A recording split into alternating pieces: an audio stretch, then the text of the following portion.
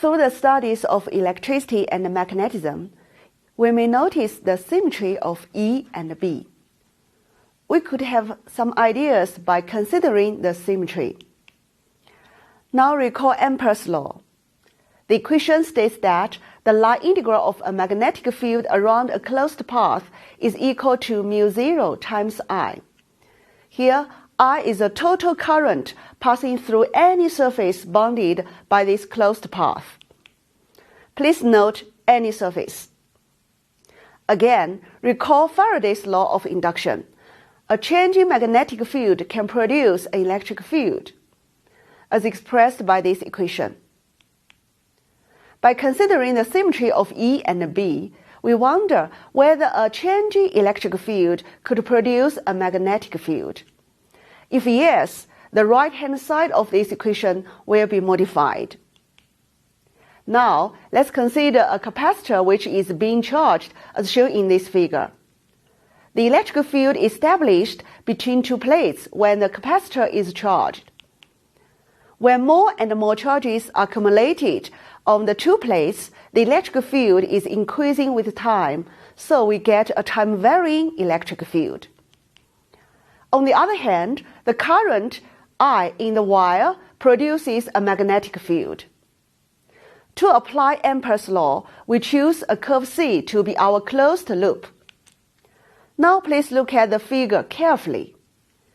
If the surface bounded by the curve C is a flat surface S1, then the enclosed current penetrating S1 is I. So we write down this equation, no problem. However, if we choose S2 to be the surface bounded by the curve C, then the current is zero since no current passes through S2. Thus, we meet a contradictory situation due to the discontinuity of the current. How to solve this contradiction? The equation of Ampere's law have to be modified. Maxwell solved this problem by adding an additional term on the right-hand side of Ampere's law, which includes a factor called the displacement current. Then how to define the displacement current? Recall the definition of the current.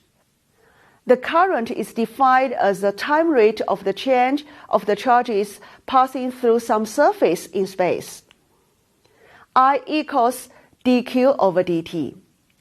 Consider the uniform electric field between two parallel plates as shown in the figure.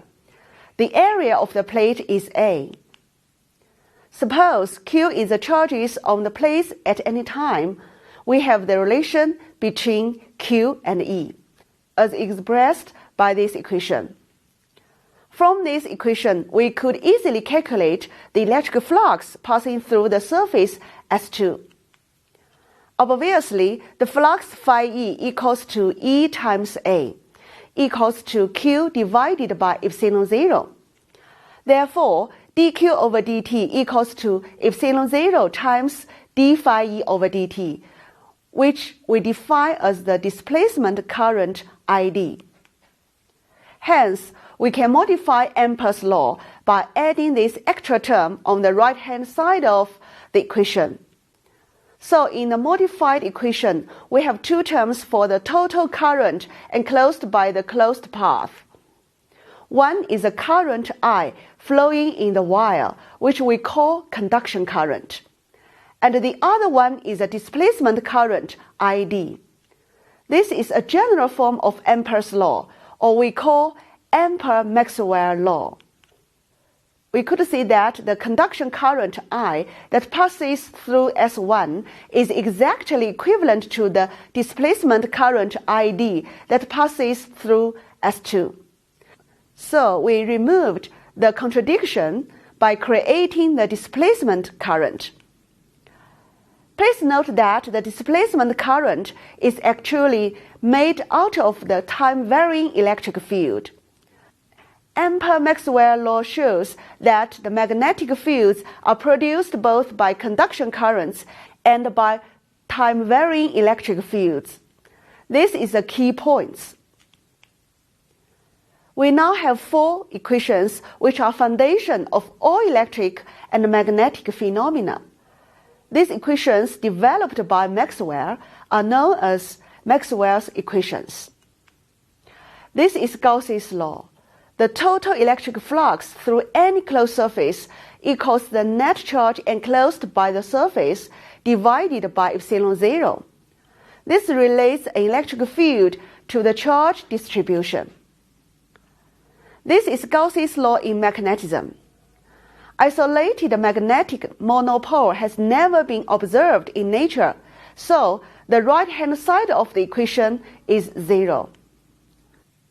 That indicates the number of magnetic field lines entering a closed surface must equal to the number of the lines leaving that surface. We know the magnetic field lines form closed loops, no ending and starting points. Faraday's law shows that an electric field is created by a time-varying magnetic field. The induced EMF, the line integral of the electric field around any closed path, equals to the rate of change of the magnetic flux through any surface bounded by that path. Ampere-Maxwell law indicates that a magnetic field is created by both a changing electric field and by an electric current. So, the line integral of the magnetic field around any closed path is the sum of mu0 times the net current through that path, and epsilon 0 mu0 times the rate of change of the electric flux through any surface bounded by that path. An important consequence of Maxwell's equations is the prediction of the existence of electromagnetic waves. The speed at which electromagnetic waves travel equals the measured speed of light.